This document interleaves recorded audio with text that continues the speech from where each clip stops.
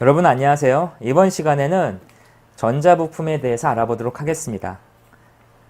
이번 시간에 학습할 내용을 좀 살펴보겠습니다. 이번 시간은 지금까지 우리가 아두이노를 이용해서 다양한 전자부품을 공부해왔는데요. 이런 전자부품이 도대체 무엇인지에 대해서 알아보겠습니다. 그리고 이런 전자부품을 사용하는 방법에 대해서 좀 살펴볼 거고요. 이런 전자부품을 활용하면 우리가 지금까지 공부했던 아두이노를 우리 전자부품과 브레드보드를 이용해서 똑같이 만들 수가 있습니다. 그래서 실제 아두이노를 브레드보드로 만드는 방법에 대해서 좀 설명을 드릴 거고요. 여기서 이제 학습할 전자부품에 대해서 다양한 종류, 그 다음에 이런 제품을 구매할 수 있는 사이트, 그리고 이런 걸 활용할 수 있는 방법에 대해서 쭉 설명을 드리도록 하겠습니다. 지금 보시는 것처럼 화면에 전자부품이 아주 가득 차 있죠. 전자부품은 그 종류가 상당히 많습니다.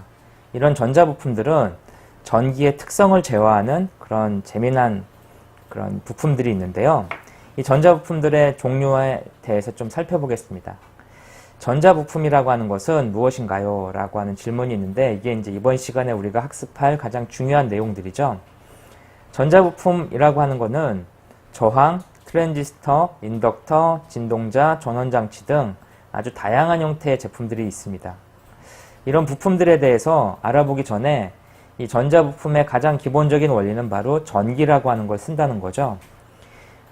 전기를 사람들이 처음 경험하게 된 그 장소는 바로 비 오는 날 하늘에서 내리치는 벼락이었죠.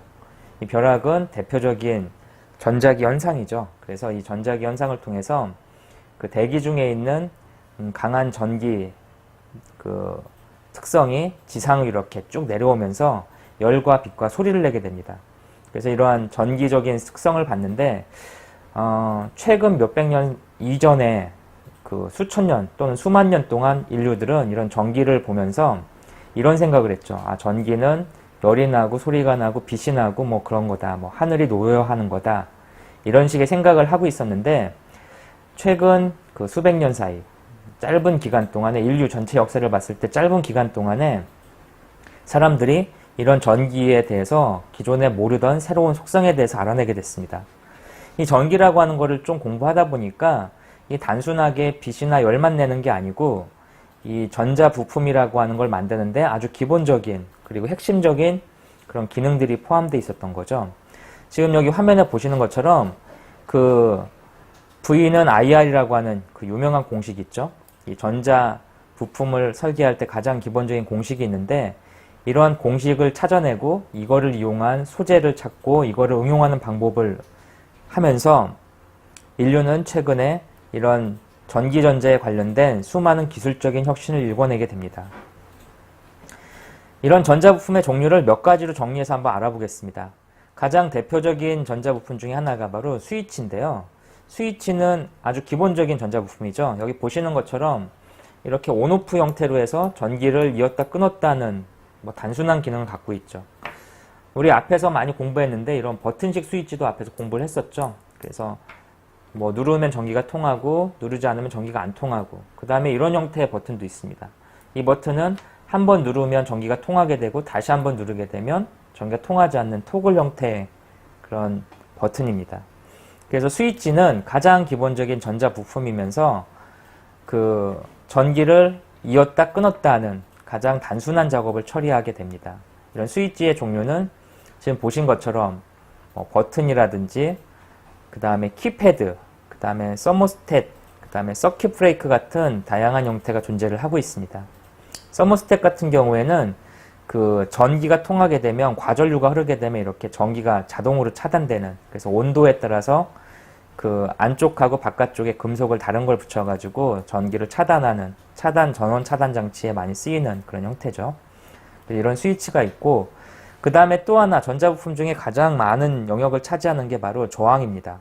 저항이라고 하는 거는 지금 여러분들이 아마 다양한 저항을 앞에서 이제 공부를 하셨죠. 그래서 저항이라고 하는 거는 전기 에너지가 통과되는 거를 이렇게 방해를 하는 그런 특성을 갖고 있습니다. 그래서 우리 앞에서 이미 많은 저항을 공부를 했었고요. 그 다음에 이런 저항을 이용하면은 좀 더 재미난 속성을 알아낼 수가 있는데 가장 대표적인 게 바로 여기 보시는 이러한 CDS라고 하는 거죠. 이게 그 빛을 감지하는 조도 센서입니다. 이런 조도 센서, 우리가 그 일반적으로 쓰는 수많은 센서들이 대부분 이런 저항값의 변화를 읽어서 그 아날로그의 정보를 추출해내는 그런 구조로 되어 있습니다. 그래서 이런 저항기라고 하는 게 사실 센서류에 상당히 많이 쓰이고 있습니다. 그래서 여기 보는 CDS 같은 경우에는 여기에 이제 광전화가 이렇게 부딪히는 양에 따라서 이 선에 연결되어 있는 이 부분에 흐르는 전기의 저항값이 달라지게 됩니다. 이 달라지는 저항값을 측정해서 조도값을 역으로 환산하는 그런 기법이 바로 이런 조도 센서의 기본 원리죠. 마찬가지로 온도 센서도 똑같은 원리로 작동을 합니다. 온도 센서도 온도에 따라서 실제 저항값이 바뀌는 것을 이용해서 그 현재 몇 도의 온도를 갖고 있는지를 알아내는 그런 특성을 갖고 있죠. 그래서 그 온도 센서 같은 경우에는 기본적으로 금속마다 그 전기가 흐르는 저항값이 온도에 따라서 바뀌는 그런 구간이 있는데요. 그 부분을 이용하면 온도계를 만들 수가 있는 거죠. 이외에도 습도라든지 또는 그 미각이나 후각 센서, 이런 종류의 다양한 센서들이 이런 전기적 에너지의 그 흐름, 그런 거를 감지해서 처리하는 그런 형태로 되어 있습니다. 그래서 저항기는 아주 다양한 형태로 이렇게 개발이 되고 있고요. 이를 이용한 수많은 센서가 존재를 하죠. 그래서 저항이라고 하는 거는 전기의 흐름의 변화를 감지해서 어떤 걸 처리한다라고 말씀드렸죠. 축전기라고 하는 게 있는데 이게 대표적인 축전기입니다. 그래서 캐패시티라고 부르죠. 이 캐패시티 같은 경우에는 금속판하고 그 다음에 그 전해액하고 같이 이렇게 둘둘 말아 놓은 거예요. 종이에 감싸가지고. 그래서 그 안에 전기를 저장시켜 놓는, 그래서 일종의 그 영어로 배터리라고 부르죠. 일종의 배터리. 그리고 이런 장치는 캐패시티라고 부릅니다. 우리가 일반적으로. 그래서 전기를 일시 저장하는 역할을 해주는 그런 장치입니다. 이 캐패시티 말고도 뭐 축전기라고 해서 전기를 좀 더 대용량으로 저장하는 것들이 있죠. 우리 스마트폰이라든지 또는 자동차에 들어가는 배터리라든지 이런 대용량의 전기를 축적하는 전지가 있습니다. 이런 축전기. 그리고 여기 보시는 것처럼 이런 형태의 그 화학전지, 이런 화학전지도 역시 일종의 전기를 보관하는 역할을 하고 있습니다. 이런 전기를 보관하는 부분에 대해서 이런 축전기를 이용해서 어떤 처리를 할 수 있는 거죠. 그 다음에 이제 인덕터라고 하는 게 있는데요. 인덕터는 아주 간단하게 얘기를 드리면 그 자기력의 변화를 이용해서 어떤 전기적인 특성을 알아내는 그런 기능을 갖고 있습니다. 그래서 대표적인 게 바로 이런 코일이죠. 이런 코일에서 이 코일을 감아놓고 어떤 전기를 흐르게 되면 전기 흐르는 주위에, 코일 주위에 자기력선이 만들어지게 됩니다. 이런 자기력선을 이용하면 아주 재미난 효과를 얻을 수가 있죠. 이런 인덕터의 가장 대표적인 제품이 여기 보시는 모터입니다. 이 전기 모터, 간단한 전기 모터죠. 이 전기 모터는 사실 안에를 뜯어보면은 이렇게 생겨 있어요. 여기 뜯어보면은 이런 식으로 해서 안에 코일이 이렇게 감겨져 있습니다. 전선이 그냥 감겨져 있는 거죠. 전선이 감겨져 있고, 이 감겨져 있는 전선 사이에 이 안쪽에 보시면 이 자석이 들어있죠. 자석과 이 감겨져 있는 전선 사이에 전류를 흘려보내면 여기에 또 자기력이 발생하게 되죠. 그래서 자석과 실제 전기에서 발생한 자기력이 결합이 돼서 전기 에너지를 운동 에너지로 바꿔주는 그런 역할을 하게 됩니다. 그래서 이 부분을 보면은 이 전기를 공급하기 위한 이런 선 같은 게 보이죠. 그래서 이런 인덕터 관련된 전기 부품들은 대부분 이렇게 코일을 감아서 어떤 역할을 처리하게 돼 있습니다. 그래서 가변코일이라든지 변압기, 전기모터, 스피커 같은 것들이 전부 다 이런 부품들에 다 사용되죠. 우리 소리를 내는 스피커도 잘 보면 이렇게 생겼어요. 안에 보면은 안에 코일이 이렇게 감겨 있죠. 그리고 감겨 있고 이 가운데 있는 이 부분에 있는 게 전부 다 뭐냐면 자석입니다. 이 뒤에 자석이 붙어 있죠. 그래서 기본적인 원리가 전기모터하고 똑같이 생겼죠. 코일이 감겨져 있고 안에 자석이 이렇게 들어 있고. 그런데 얘는 전기 에너지를 운동 에너지로 바꾸는 역할을 해주고요. 얘는 이 전기 에너지를 우리가 들을 수 있는 음성으로 바꿔주게 됩니다. 음성으로 바꾸게 되는 거는 원리가 간단한데요. 이 전기판이 여기 전기를 흘려보내게 되면 이 자기력선의 변화로 인해서 이 앞에 있는 막을 미세하게 움직이게 됩니다. 이 미세하게 움직이게 되면서 실제 소리가 나는 거죠. 그래서 이 부분에서 여기에서는 운동 에너지, 여기에서는 음성 에너지로 변경을 시켜주는 역할을 하게 됩니다. 그래서 사실 우리가 쓰는 대부분의 전기 부품들은 이러한 전자 부품들은 그 코일이나 전기의 특성을 좀 변환시켜서 많은 작업을 하게 돼 있죠. 그 다음에 이제 압전 효과라고 해서 전기를 흐르면은 이렇게 압력이 관련되는 어떤 효과를 일으키게 됩니다. 이 압전 효과의 가장 대표적인 장치는 여기 보시는 피에조 부조입니다. 이 피에조 부조에서는 전기를 흘려주게 되면은 안에 있는 진동판이 막 떨리게 돼 있죠. 그래서 이런 떨리는 역할을 이용해서 뭐 소리를 내는 그런 역할을 하는 게 피에조고요.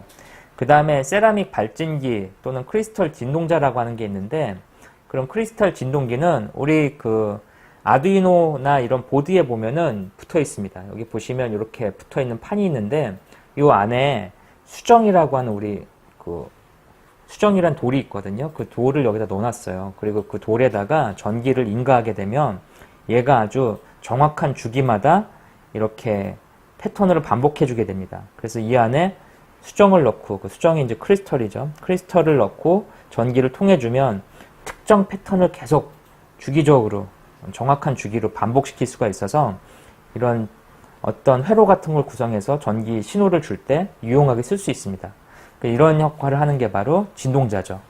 그래서 피에조 부조나 크리스털 진동자를 이용해서 여러 가지 효과를 줄 수 있는 것들이 있습니다.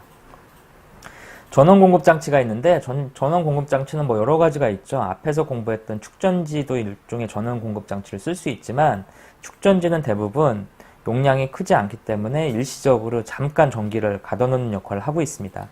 이에 비해서 이제 전원 장치라고 하는 건 그 아주 많은 전기 에너지를 공급해주는 그런 역할을 하는 거죠. 그래서 대표적인 게 화학전지. 그래서 우리가 일반적으로 부르는 이런 배터리라고 하는 것들 있죠. 이런 배터리, 9V짜리 배터리, 그 다음에 여기 보시는 것처럼 이러한 AA 사이즈의 그 1.5V짜리 배터리도 있고요. 이런 9V짜리 배터리는 사실 이 안에가 배터리가 여러 개 이렇게 적층돼 있죠. 그래서 여러 개 전기가 통하게 되어 있습니다. 이런 배터리를 이용해서 공부를 하다 보면은 재미난 걸 알 수 있게 되는데, 여기 보시면 이 전지 하나는 기본적으로 1.5V죠. 우리가 처음 사게 되면. 그런데 이 전지를 이렇게 직렬로 연결하게 되면은 이 전지가 1.5V에서 3V가 됩니다. 그런데 만약에 전지를 이렇게 병렬로 연결하게 되면 그냥 1.5V가 되죠. 그래서 전기에는 이런 전지를 사용할 때는 직렬이라고 하는 개념과 병렬이라는 개념이 있습니다. 이거를 이용해서 우리가 원하는 전압을 만들어낼 수가 있습니다. 예를 들어 자동차에 사용되는 배터리 같은 경우에 전지가 이제 12V를 공급하죠. 일반적으로 전기 에너지 12V를 공급하는데, 이런 12V를 공급하는 전지를 하나 크게 만들 수도 있지만 2V짜리 건전지 6개를 직렬로 연결하면 12V를 만들 수가 있습니다. 그래서 다양한 형태로 해서 전압을 공급할 수 있는 전지를 만들 수가 있죠.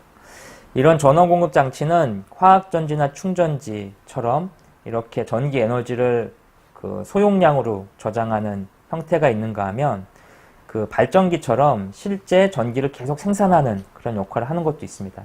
실제 전기를 생산하는 거는 여기 모터를 보면 아시는데요. 이 모터를 거꾸로 이용하면 전기를 생산할 수 있습니다. 이렇게 모터에다 넣고 자석과 코일을 감아 놓고 여기다 전기를 인가하면 얘가 돌게 되죠. 그런데 반대로 이 모터에다가 이렇게 꼭 똑같이 꽂아 놓고 이 반대쪽에 이쪽을 힘으로 이렇게 돌려주게 되면 이쪽에서 전기 에너지가 나오게 됩니다. 이게 바로 발전기의 기본 원리죠. 그러니까 전기를 통해서 전동기를 움직이는 거를 거꾸로 회로를 구성해주면 전기를 만들어낼 수가 있는 거죠. 그래서 이런 모터를 갖다가 실제 수력발전소 같은 데는 물의 낙차를 이용해서 이 앞에 이걸 돌려주는 거죠. 이걸 돌려주면서 여기서 전기를 뽑아내고 이거를 다양한 코일이나 정류장치를 통해서 우리 가정에서 쓸 수 있는 전기 형태로 바꿔주게 됩니다. 그래서 이런 다양한 전기 에너지의 변화를 이용해서 전력 장치를 만들 수가 있습니다. 이런 전력 장치의 변화 중에 가장 대표적인 마지막 전자부품은 지금 보시는 이런 반도체입니다. 이 반도체는 그 전기가 통하거나 또는 통하지 않거나 이런 어떤 조건에 따라서 전기의 회로를 제어해주는 그러한 특정 능력을 갖고 있는 그 금속들을 쓰고 있죠. 게르마늄이라든지 실리콘 같은 그런 금속들이 있는데요. 이런 걸 이용해서 전기를 제어할 수 있는 수자입니다. 그래서 대표적인 게 여기 보시는 이런 반도체 칩이 있고요. 그 다음에 여기 보시는 이런 다이오드도 일종의 그 반도체죠. 그리고 이런 LED에 들어가는 이 부분 회로도 사실은 일종의 반도체입니다. 그래서 이러한 부품들이 아주 다양한 형태로 쓰이고 있습니다. 전기의 특성에 대해서 좀 더 알아보죠. 전기를 이렇게 여기 보시는 것처럼 연결하게 되면은 여기에 불이 들어오겠죠. 이 플러스 마이너스 극성이 있어서 그 극성들을 연결해주면 아마 전기가 들어올 겁니다. 아까 말씀드린 저항은 전기의 흐름을 막는다고 말씀드렸죠. 그래서 이렇게 저항을 여기다 연결해주게 되면 이 불빛이 좀 더 약해지겠죠. 이 저항은 아주 다양한 형태가 존재합니다. 그래서 저항이 큰 걸 연결해주면 불빛이 매우 약해질 거고 상대적으로 저항이 낮은 걸 연결해주면 불빛이 밝아지겠죠.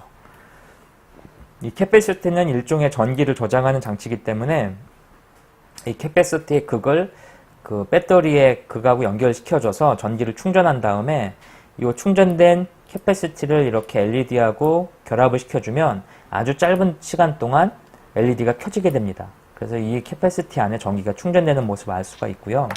다이오드 같은 경우에는 전기를 한 방향으로만 흐르게 하는 특성을 갖고 있습니다. 그래서 그 전기가 역으로 흐르지 않게 막아주는 그런 역할도 만들 수가 있습니다. 방금 전에 말씀드렸던 것처럼 모터는 그 코일을 감아가지고 자기력을 만들고 이를 이용해서 회전운동, 또 반대를 이용해서 발전기를 만들 수 있는 그런 특성을 갖고 있고요. 이런 반도체들은 전기의 흐름과 흐르지 않는 것을 조건에 따라서 제어하는 그런 특성을 갖고 있죠. 그래서 전자부품을 사용하는 간단한 방법을 알아보겠습니다. 레귤레이터, 조도 센서, 터치 센서를 이용해서 실제 이런 것들을 어떻게 쓸 수 있는지를 한번 알아볼게요. 지금 여기 보시면은 우리가 이제 실험을 할 건데 요 실험하기 위한 레귤레이터를 한번 보겠습니다. 레귤레이터는 지금 보시는 것처럼 반도체의 일종이죠. 트랜지스터라고 하는 반도체의 일종인데 다리가 여기 보시는 것처럼 3개가 이렇게 있습니다. 지금 우리가 수업 시간에 사용할 레귤레이터는 이 안에 7850이라고 하는 번호가 새겨져 있는 레귤레이터인데요. 이 레귤레이터는 외부 전압을 5V로 맞춰주는 역할을 합니다. 이런 5V로 맞춰주는 역할을 하기 때문에 일반적으로 아두이노 보드에 이게 들어있죠. 아두이노의 내부 회로에 5V를 맞춰주기 위해서 이 레귤레이터가 포함되어 있습니다. 이 레귤레이터는 첫 번째, 이 앞에서 보시는 첫 번째 다리가 외부 전원을 인가하는 부분이고요. 그 두 번째 다리가 외부 전원의 음극을 인가하는 그라운드 부분입니다. 그리고 마지막 세 번째 다리가 아웃풋인데 이 외부에서 들어온 전기를 5V로 이렇게 평활화 시켜주는 역할을 하는 거죠. 그래서 이 부분에 대해서 한번 전기가 어떤 식으로 흐르는지를 알아보도록 하겠습니다. 지금 9V짜리 배터리인데요. 이 배터리의 전압을 한번 측정해 보겠습니다. 전압을 측정한 장비를 이용해서 실제 이 배터리가 몇 볼트를 출력하는지 한번 확인해 볼게요. 지금 보시면 9.16 정도 나오고 있죠. 새 제품이네요.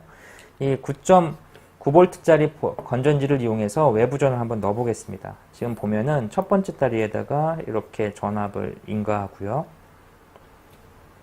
그 다음에 두 번째 자리에 그라운드, 음극을 이렇게 연결하겠습니다. 이렇게 연결을 해주면 이 반도체 안에서 나오는 전류를 측정할 수가 있는데요. 이 측정한 값을 다시 한번 계측기로 한번 확인해 보겠습니다. 그래서 계측기로 확인을 해보면 그 건전지가 공급하는 9V 전원이 5V로 낮춰졌죠. 그 레귤레이터라고 하는 거는 그 전압을 내가 원하는 형태로 낮춰주는 그런 제품입니다. 9850 같은 경우 제품은 5V로 이제 전압을 낮춰주는 역할을 하고 있죠. 계속해서 이제 다른 걸 한번 알아보겠습니다. 이번에는 우리가 조도 센서가 아까 제가 말씀드렸을 때 저항값의 변화를 측정한다고 말씀드렸었잖아요. 이 조도 센서의 저항값 변화가 어떻게 일어나는지 한번 확인해 보죠. 지금 저항값을 측정할 수 있도록 이렇게 세팅을 해 놓고요. 이 값을 확인해 보면 지금 여기에 저항값이 이렇게 나오고 있죠. 지금 앞에 빛이 나와서 이렇게 저항값 생기는데 제가 손으로 이렇게 가려 보겠습니다. 손으로 가리게 되면 값이 변하는 게 확인되시나요? 이 값의 변화를 이용해서 현재 조도를 알아낼 수 있는 거죠. 그래서 이 안에 어떤 값을 변화를 유도하면 이 안에 흐르는 저항의 값이 바뀌게 됩니다. 그래서 저항의 값을 변경해서 이렇게 조도 센서를 알아낼 수 있는 거죠. 터치 센서는 역시 마찬가지로 여기에 보면은 흐르는 저항 값을 확인할 수가 있는데요. 이렇게 연결해 놓은 다음에 이 안에 터치 값을 눌러주면 이 부분의 값이 계속 변화가 일어나게 됩니다. 그래서 이 값의 변화를 이용해서 센서를 확인할 수 있는 거죠. 이 터치 센서는 일반적으로 위에 뭐 어떤 물건이 올려졌을 때 이 값이 변화를 측정하는 그런 센서죠. 그래서 이런 터치 센서도 역시 저항값의 변경을 이용해서 RNS 값을 이용할 수 있는 걸 확인했습니다. 전자부품 활용 및 구입에 대해서 좀 알아볼게요. 지금까지 우리는 전자부품에 대한 종류, 그 다음에 이것들을 어떻게 사용하는지에 대한 가장 기본적인 내용들을 확인해 봤습니다. 이런 전자부품을 이용하면은 우리가 지금까지 공부하고 있는 아두이노를 직접 만들 수도 있습니다. 이런 아두이노를 만들기 위해서는 어떤 부품이 필요한지 한번 보겠습니다. 지금 화면에 보신 이 화면은 그 미국의 스파크펀이라는 사이트에서 판매하고 있는 그 아두이노, 브레드보드를 이용한 아두이노 그 부품들 이렇게 사진 찍은 건데요. 실제 여기에 사용되는 부품들은 우리가 쓰는 아두이노 보드에 사용되는 부품들하고 동일합니다. 그래서 캐패시티, 그 다음에 헤더, 그 다음에 진동자로 불리는 크리스털, 그 다음에 저항, 그리고 마이크로 컨트롤러라고 해서 그 아두이노의 우노에 사용되는 그 칩이 있습니다. 그래서 이 칩을 이용해서 하게 되고요. 레귤레이터는 방금 전에 확인했었죠. 외부 전원을 5V를 평활화시키는 그런 역할을 합니다. 그 다음에 브레드보드, 그리고 LED 버튼, 그리고 9V짜리 외부 전원을 연결해주면 이러한 아두이노 보드를 만들 수가 있습니다. 지금 여기 보시는 것처럼 아두이노 보드는 이렇게 외부에서 전기를 공급해주면 우리가 보는 LED 깜빡거리는 그런 기본적인 회로 구성하는 거 기억나시죠? 그런 거하고 똑같이 이렇게 제품을 만들 수가 있습니다. 그래서 이렇게 LED가 깜빡거리는데 이런 아두이노는 사실 이런 USB 시리얼 커넥트를 이용해서 회로를 연결해주면 이 아두이노 보드하고 똑같은 형태로 사용이 가능한 동일한 아두이노 회로죠. 그래서 이러한 전자부품을 이용하면은 아두이노도 쉽게 만들 수가 있습니다. 이러한 전자부품을 어디서 구매할 수 있을까요? 이 전자부품을 구매할 수 있는 사이트를 몇 군데 소개시켜 드리겠습니다. 이런 메이커들이 주로 많이 사용하는 사이트들이 있는데 먼저 국외 사이트를 좀 몇 개 설명드릴게요. 가장 대표적인 국외 사이트는 여기 보시는 아다프루트라는 사이트입니다. 이 아다프루트에 가면은 여러 가지 아두이노나 메이커에 관련된 수많은 부품들을 확인하실 수가 있죠. 그 다음에 스파크펀이라는 부분도 있고요. 그 다음에 미국의 대표적인 그 전자부품 유통 사이트인 디지키, 그 다음에 엘레멘트 14라는 부분도 있죠. 그 다음에 메이크쉐드라는 부분도 그 사이트도 전자부품을 많이 판매하고 있습니다. 그 다음에 미국의 대표적인 쇼핑몰에서도 역시 전자부품을 구매할 수가 있고요. 알리익스프레스라고 해서 중국 사이트인데요. 이 사이트에 들어가면은 전자부품을 대량으로 싸게 구매할 수가 있습니다. 그래서 이러한 아다프루트, 그 다음에 스파크펀, 알리익스프레스, 아마존, 마우저, 디지키 뭐 이런 사이트를 이용하면은 다양한 전자부품을 구매할 수가 있습니다. 그런데 이런 구매하는 전자부품 사이트들은 대부분 해외 사이트이기 때문에 사실은 배송이라든지 환율 문제, 그 다음에 실제 부품에 대한 어떤 AS에 관련돼서 문제가 발생할 수 있기 때문에 가급적 이제 소규모로 구매할 때는 국내 사이트에서 많이 사게 되죠. 그래서 국내 사이트 중에 유명한 데는 디바이스마트, IC뱅크 이런 부분들이 있습니다.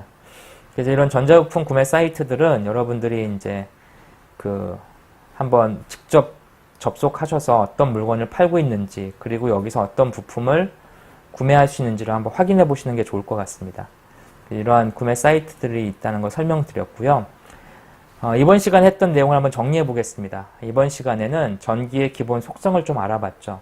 우리가 쓰고 있는 전자부품은 전부 전기의 기본 속성을 이용한 겁니다. 전기가 통하게 할 건지 끊을 건지를 이용해서 스위치를 만들고요. 전기를 일시 저장하는 그런 충전기를 만들었고, 이 담아놓은 전기를 가지고 뭐 증폭할 건지 낮출 건지 이런 걸 하기 위한 반도체, 그 다음에 이런 전자의 방향을 한 방향으로 흐르게 하는 다이오드, 뭐 전기를 평활화시키는 레귤레이터, 그 다음에 각종 저항값의 변화를 이용해서 어떤 주위의 값을 측정할 수 있는 아날로그 센서들, 이런 것들을 만들 수 있다는 걸 좀 확인했습니다. 이런 전자부품을 이용하면은 아주 다양한 회로를 만들 수가 있습니다. 지금까지 우리는 아두이노를 이용해서 각종 센서하고 액추에이터를 연결해서 프로젝트를 진행해 봤는데, 이런 아두이노에서는 기본적으로 핀을 연결하고 그 안에 소프트웨어 프로그램을 작성을 했었죠. 근데 이런 전자부품을 이용하면은 소프트웨어를 작성하지 않고도 아두이노에서 했던 거하고 비슷한 작업을 할 수가 있습니다. 그 내용에 대해서는 다음 강의에서 계속 알아보도록 하겠습니다. 이번 시간에 공부한 내용들에 대해서 여러분들이 좀 정리가 필요한데요. 그 전자부품에 대해서 좀 자세히 알고 싶은 분들은 위키피디아에 접속을 한번 해보시면 좋을 것 같아요. 그 위키피디아 접속하면은 아주 다양한 전자부품에 대한 내용들, 그 다음에 실제 이런 전자부품의 그 회로도에서 어떻게 회로로 그 기호로 표현되는지에 대한 내용들이 상세하게 나와 있습니다. 이런 부분들에 대해서 좀 관심을 갖고 좀 더 깊숙이 공부를 하다 보면은 여러분들이 이런 아두이노 또는 피지컬 컴퓨팅의 전문가가 될 수 있을 거예요. 그래서 한번 관심을 갖고 한번 확인해 보시고요. 이번 시간에는 우리가 전기의 특성, 그 다음에 전자부품에 대한 내용들을 쭉 살펴봤는데 이런 전기나 전자부품에 대한 내용들은 사실 공학적으로 상당히 어려운 부분들입니다. 하지만 여러분들이 이제 이런 어떤 메이커로서 이런 아두이노를 이용해서 간단한 회로를 구상할 때에는 깊숙이 이런 내용을 알지 않아도 상관이 없죠. 그래서 이번 시간에는 가급적 그 오버뷰 형태로 가볍게 이렇게 전기와 전자부품에 대한 내용들을 확인시켜 드렸는데요. 여러분들이 이런 부분들을 바탕으로 관심 있는 분들은 좀 더 많은 공부를 해주시길 부탁드릴게요. 이번 시간은 여기서 마치겠습니다. 수고하셨습니다.